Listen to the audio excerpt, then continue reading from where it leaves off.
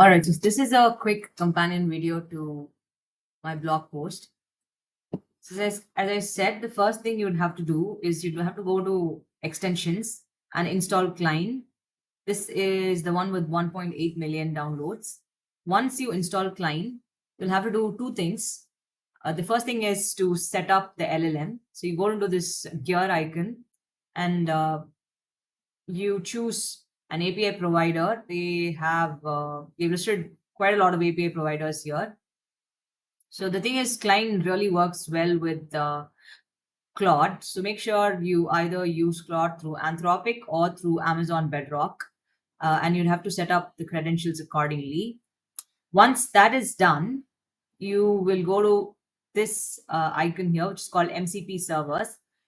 Click on it, and there are multiple ways to install. The one I followed was through this installation mode by running this locally through Docker. So you click on this configure, you go to this install tab and you click on configure MCP servers, and you will look at this JSON file.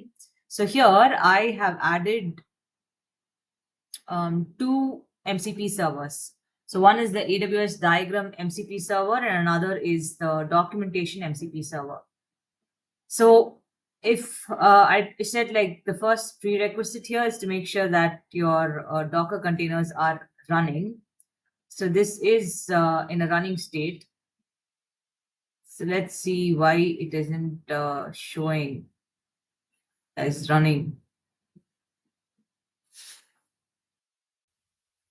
So I figured out the error. So the problem was I wanted to add a third MCP server, but I didn't get to it. So there's an extra comma here. So the mistake was with the formatting. So once I removed that extra comma, everything worked. So now when I click on the MCP server button,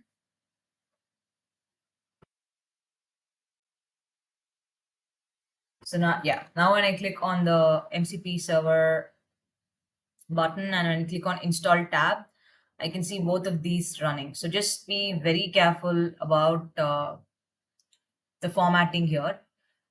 Like I said, I've added two MCP servers, one for documentation, one for diagram.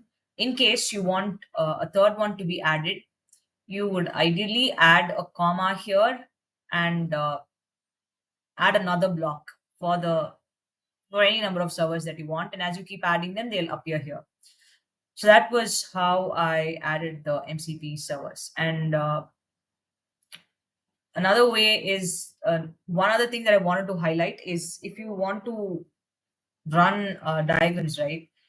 You'd have to type out a message here about creating a diagram for a 3-tier web application, which I did a test run, and it took so it shows the amount of money, and the thing is it would generate it to a temporary Docker file path.